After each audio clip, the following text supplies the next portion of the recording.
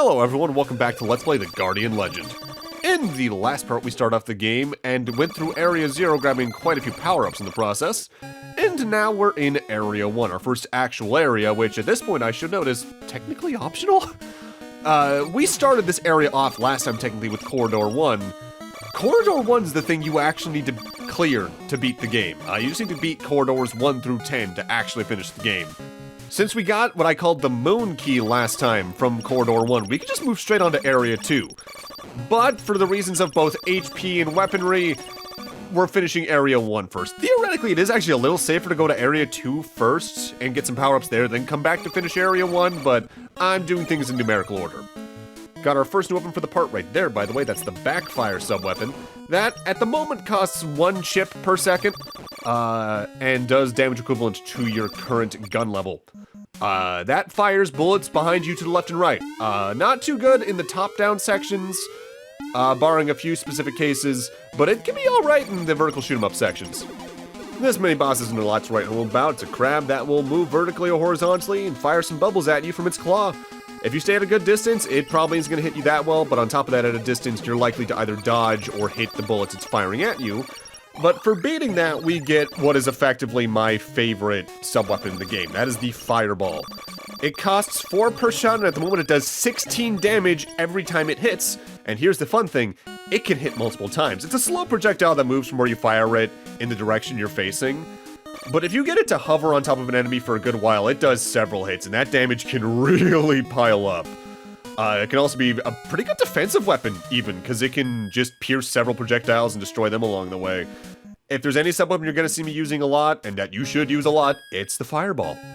With that said, again, just because of how few chips we have early on in the game, we're not going to use a lot of sub-weapons this early on. Up here, though, we have our first of something we're going to see a lot of. This is your save point. The way you use it, press pause, put no sub-weapon on, press the A button, and your 32-character password will show up. A little ridiculous it's that long, but at least this one makes sense considering the amount of variations you can technically have between all the sub-weapons, the chips, the score, and all that. It makes sense. It's still clunky as hell, though. Good to check in with one of those every now and again, just so you have a more up-to-date password, but be careful all the same. That spider right there is actually technically one of the best ways to farm in the game. The way the spider enemies work is they start blue and will slowly move towards you, but they'll turn yellow and then red. When they turn red, they multiply. And they can continue multiplying. It's very easy to get overwhelmed with them, but that also means you can just re-exit the screen and re-enter and have a safer screen again, and that's great for getting a lot of score really quickly in case you're trying to upgrade your health that way. So, the screen after we got the Fireball, we already got another power-up, namely a new sub-weapon. We got the Cutter Laser, which is a cousin of the Saber Laser. Whereas the Saber Laser is a single lightsaber in front of you, the Cutter Laser is 2, 1 to your left and 1 to your right. It costs 5 chips per second, but it does twice your current gun power. And it's really effective at just siphoning through health. And it's really good against this particular mini-boss because there's a lot of mini-bosses in the top-down sections where either their movement is tracking onto you or close enough to it where you really should just stay moving at all times to damage them. And things like the Cutter Laser can be good for damaging them while doing so. As you can see, though, the Guardian in this game, you can get some good offense going in this game, but their defense to start sucks, and it's really easy to lose your health very quickly. Thankfully, again, 0 does count, but it's a good thing that was a red lander. Because I'll take that extra health and chip. And hey, since I have 150 chip, that means I now actually have a good enough amount where I can use some weapons a little more reliably in the vertical shoot-'em-up stages, especially. Corridor 11 is technically optional, but again, because we're doing 100%, we're going straight on in. And I might as well use this opportunity to talk about the game's story as listed in the manual, where they go a little more in depth on what's happening here. Let's see here. The Guardian Legend. Long ago in a distant galaxy, an alien race sent a huge world called Naju hurtling towards Earth, loaded with a cargo of mysterious life forms. During the long journey, these creatures have multiplied and become increasingly evil, and now Naju teems with evil. A little redundant sentence structure there, but oh well. However, deep within this complex globe are self-destruct mechanisms that can be activated to destroy it before it reaches Earth. Now you must battle your way deep within Naju's labyrinth to destroy the alien world. You are the Guardian of Earth, and your saga will become the Guardian Legend. And notably, the manual also actually lists the Labyrinth, which is an external maze on the surface of Naju consisting of passages of rooms, which is the top-down sections, and the Dungeon, which is inside Naju. There are mysterious corridors created by the huge evil life forms, which are the shoot-'em-up sections. Notably, the Japanese manual also talks about there being 5 separate enemy tribes to fight through, and that actually gets into the theming visually for the stages, where you're effectively doing 2 areas of each visual aesthetic. So right now we're in a very underwater-themed area. That's going to be the theme for areas 1 and 2, whereas 3 and 4 will have another theme, 5 and 6, 7 and 8, 9 and 10, blah, blah, blah. And also worth noting, the game actually does have a different title in Japan. It's called Guardic Legend, because it's a slight spiritual successor slash sequel slash spin-off of a MSX game by the name of Guardic, which is similar enough to how this plays in terms of just how it tends to spin off on how shoot-'em-ups usually work. Guardic is you effectively roaming an ongoing dungeon level as a shoot-'em-up section entirely, where you have actual screens to kill all the enemies to progress. For now, though, time for the boss of Corridor 11, which I'd argue is one of the hardest bosses in the game for the powers you have at that point. This is the Optimon. This thing scrolls left to right on top of the screen, firing projectiles at you in 2 ways, either single projectiles you can destroy, or the giant seaweeds of death. Touching those will do absurd damage for your defenses at this point. Stay towards the bottom of the screen and just mash the fire button. Not even mash, you can just hold down actually, because the rapid fire does pretty good, honestly. A thing to note about the seaweed, though. While it does hurt a lot, the spawning rate of it seems a little inconsistent. That's largely due to the speed and momentum in which it moves left to right on top of it bobbing up and down. It'll only actually shoot the seaweed out and let it go, so to speak, when it's fully maxed out its length for that point in time. And there's how much damage it does. Ugh. Admittedly, if you get into this situation, in fact, when you fight this boss fight to begin with, you should be using the fireball more often because you'll be doing more damage. The reason I didn't at this point was because I was a little paranoid, and I guess I had something to prove. You should really save your chips for boss fights on the whole, though. Don't worry about using them too much in the shoot-'em-up sections during the actual, level portion. Save them for the boss fights. And the width for your blaster matters more during the top-down sections. I guess it's always a top-down section. During the dungeon crawler section rather than the shoot-'em-up section. Since this is an optional corridor, though, we're going to get a different upgrade for beating it instead of a key. In this case, we're going to get another pretty good sub-weapon, the grenade. But notably, before I start talking about it, I'm going to leave Area 1 now. Whenever I leave areas like this, just because it's a backtrack out, I am going to speed up the walking out, just so we get onto the next thing more quickly. So, the grenade is notable in that it's actively relatively interchangeable with the fireball, especially in the dungeon crawler sections. It costs 2 per shot, but does the same damage as the fireball at 16, and because the explosion lingers, it can still do several hits just like the fireball can. You toss it in a small arc, and then it lands and explodes and lingers for a second. Notably, it does technically get thrown in front of you, but if you hold a direction at all, even if you're moving in a certain direction otherwise, it does get tossed in that direction, so you can toss it left and or right if you're moving up or down, so to speak. So, our next destination is Area 2, which is marked on the map as it is already after we beat Area 1. But I'm heading back to the shops area over here on the right because there's another lander we can buy something from now that we have 150 maximum chips. And it might be a little funny looking because as we enter here, it's going to be a weapon we've already grabbed before, the backfire. Upon grabbing it again, if we pause, the backfire is now green. The reason I've been saying for the moment when it comes to the costs or damage of sub-weapons is that each of them can be upgraded up to 2 times to a level 3 sub-weapon, usually by either buying another copy of it or finding another copy of it within the level design. For instance, now that the backfire is level 2, its damage hasn't been increased, but it now fires faster, but the cost of that is now costs 5 chips per second rather than 1. Which makes it pretty expensive, and with the amount of chips we have, means you'll drain through pretty quickly, so it's not the most worth using.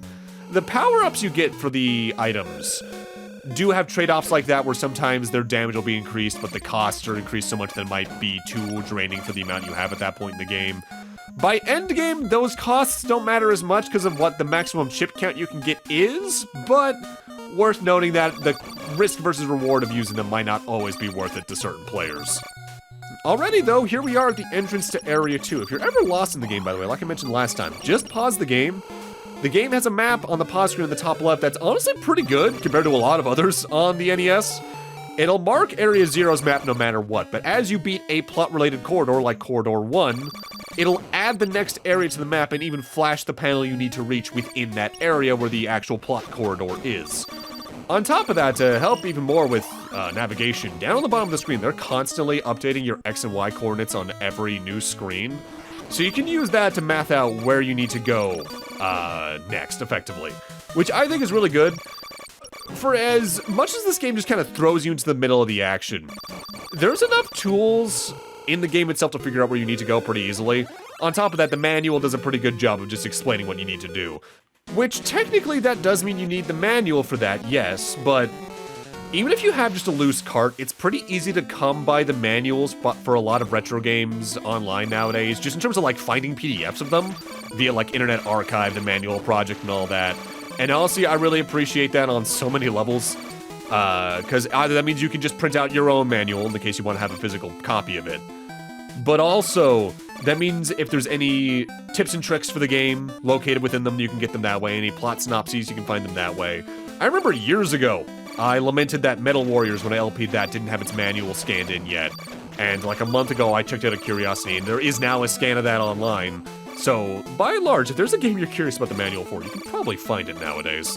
Hell, that's what I did for this LP when I read the manual out earlier this part.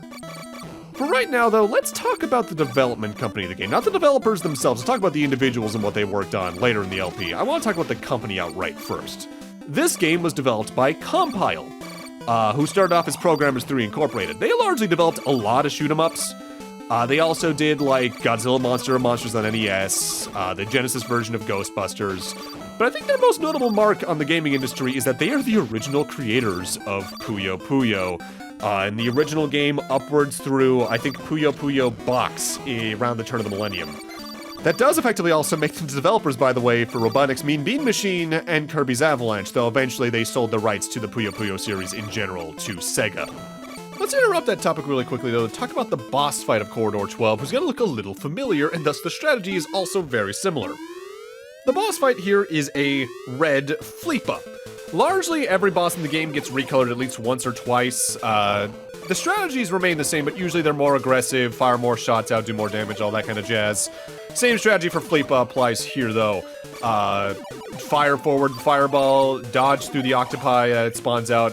Take out them as they go, too, because as you can see, they can spawn a lot very quickly in this fight in specific, and that can lead to a lot of sprite flickering. In fact, that's kind of a big problem in this game, especially towards endgame, because of how big some of the sprites are.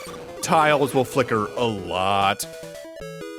For beating this particular corridor, we're going to get the Hyper Laser weapon, which costs 4 per shot and does the damage of your current gun power. Notably, though, it's the only sub-weapon, I think, from the top of my head, that you can only use in the vertical shoot-'em-up sections. You can't use it as the humanoid guardian. It just fires a laser that flings forward. Pretty straightforward. It's very... I'd say typical for a shoot-'em-up to have something like that overall, honestly. While we venture through the dungeon and refight the crap mini-boss from earlier but stronger, let's go back to talking about Compile. Namely, how Compile died and their successors. Compile went bankrupt in late 2003, just straight up. There are 4 companies that are sort of successors to it. There's D4 Enterprise, which holds a lot of the IPs outright. There's Compile Maru, which was founded by the same individual who founded the main Compile, but they only put out like 2 games. The other 2 companies are the more interesting ones. But first off, when we defeat this crab mini-boss, notably, we actually get our first gun power-up, which doubles the strength of your actual weapon. So now any weapons that do like twice your gun damage will do twice the new gun damage. To remove the seal for corridor number 2, touch everywhere. As we sort of saw last time where we had to shoot the entrance to it, the plot corridors all have some relatively esoteric unlock condition. That there's a way to find out, usually by finding a screen like that, either in the area itself that plot corridor is in, or somewhere over in Area 0. Notably, unlike some games, you don't need to see the information that you need to open up the door to actually set off a flag to unlock the door. You can just unlock it if you know how to do it, but on a first playthrough, you're probably gonna need that. That power-up I just got there is a wrap it up, so now my gun fires faster. With that said, there is a max amount of bullets you can have on the screen. And down here we have a shop. Notably, the lander isn't lying, you can only buy one of these 3 items. The heart you should just never pick up because that can be randomly dropped by enemies anyway to heal you. Multi-bullet, that would get us up to level 2, but there are 2 of those in the level design anyway, so this is just an extra one. The wrap it up is the better option overall here. Let's go back to talking about Compile's successor companies though. Most of the shoot-'em-up related staff at Compile went into Milestone Incorporated, which made, get this, a lot of shoot-'em-ups that I have never played, at the moment at least. But that company has since closed down due to some very suspicious business practices of the president. The main thing of note is the remaining of the 4 companies that effectively either hold IP or were related to Compile. Compile Heart, which is a name some people might recognize, as they put out a lot of RPGs in specific, Records of Agarest, War, Fairy Pincer F, but most famously, they are the developers of Hyperdimension Neptunia, a series I have basically not touched too much of. I had a friend in like the mid-2010s that was super obsessed with them, but I've maybe put like an hour into one at most, at the cafe at my college on my friend's PC, probably total while he was like in the bathroom and was like, hey, can you do these battles for me, or something like that. I find that company's interesting, extraordinarily interesting, because you don't see many that split off into that many sub-companies in some form or another with key staff moving around and all that. Usually they stay within the same parent company but just get moved around to different divisions, kind of deal. Although, getting a little ahead of ourselves here, not many of this game's specific staff, at least the ones that are listed that we know the identities of outright, are still in the industry outright. I think only 2 off the top of my head when I browsed through it earlier are actively, at least on the Moby Games page. But I'll talk more about that probably next part or something like that. Also, yeah, if you haven't figured out yet, the relative structure we're going to be doing in this LP is we largely find the optional corridor early on in an area and get that done. But then we roam around the area, grabbing all the power-ups before we go into the main corridor. So the hint we got a moment ago was that in order to open Corridor 2, we need to touch all over. The way you do that, you step on top of the 4 blue panels surrounding the main doors, and we're good to go. So let's go clear the sound and move on to the next area from here. Worth noting though, we are going to get a new key for finishing this stage. We're also going to get an upgrade to the Saber Laser, and because I'm going to speed out of the area and then move on from there, and we're not going to have a lot of time to talk about it. So the Saber Laser upgrade, when it's upgraded to level 2, will now cost 8 chips per second, which is expensive for the amount we currently have. But its damage is also double to being 4 times your current gun power, so it can melt through enemies pretty quickly. I've had a playthrough where I think I use that a lot more often, but I ultimately just prefer the Fireball because something about this game makes me feel a lot more comfortable being far away from my enemies when I'm attacking them rather than being outright, and it might just be the fact that you do take a lot of damage from certain enemies at certain stages in the game, so the further I am away from that, the better it is, even if I'm technically doing more damage by being up close. Admittedly though, that's just kind of the trade-off you have in general with this type of genre, which I know I actually haven't covered that much on the channel. I've had shoot-'em-up stages in other LPs, like various Kirby LPs, certain Mega Man stages and all that jazz. But have I ever LP just an outright shoot-'em-up before this? I think I've thrown around the idea of doing Gradius LPs, but I just haven't done it outright yet. And maybe I probably should, because honestly, this genre is really cool, and there's a lot of very interesting ones, especially like during the mid-90s. Like Sega Saturn, late Genesis, Sega CD even had a couple of cool ones. And Gradius 3 is still probably in my top 30 SNES games overall. That soundtrack does help a lot though. Mind you, I guess a part of that could be because it's ultimately easier to talk about games that are like RPGs or platformers than it is a shoot 'em up, because you can talk about like enemy patterns in shoot 'em ups, the weapons and all that, boss patterns. But a lot of them have the same base principles compared to even RPGs or platformers where there's a lot more, I'm not gonna say variety, but there's a lot more minute differences between how certain games can control and handle compared to shoot 'em ups. Albeit, trust me, there are some really rough controlling shoot 'em ups out there. Sometimes your ramp of acceleration isn't that good, sometimes your speed in general isn't that good, sometimes your weapons feel like they're doing jack and shit. For now though, let's talk about the boss fight here. This is the Crawdaddy. It's a giant crawfish. It's gonna wiggle up and down across the screen, trying to effectively stay above you as it fires claws at you that can very easily be destroyed, and it can also spawn in power-ups. The fireball is really good here, just as a defensive measure even, though the bullet shield can also do a good amount here. I prefer the fireball though, because it travels forward and will destroy the claws, yes, but then it'll eventually get into the boss itself and do some good damage. With the HP we have at this point from the landers we found on top of our score-ups, not too bad. I'd say it's ultimately probably the easiest boss we've encountered thus far, barring the Corridor 0 boss fight. This boss's difficulty is why it's honestly very easy to recommend clearing out Area 2 after you do Corridor 1, and then going back to clear Area 1, because the extra offense you'll have can do a lot to make your survivability increase while you're there. Either way, we got our new key for being Corridor 2, which I call the Cane Key. So now we can leave Area 2 and head towards Area 3 now that we can transfer into it. So once again, it's time for us to speed on out of here and get back to Area 0, where Area 3's exit, or I guess entrance technically, it's both the entrance and exit I guess overall, isn't even that far away. It's technically right next to the entrance to Area 2. But with that, I'm gonna need to end this off here. Thank you guys for watching, and in part 3 we're gonna go tackle Area 3 and a little more beyond that to see what else we can find to help power up our arsenal and, just get further into the plot period. See you guys then.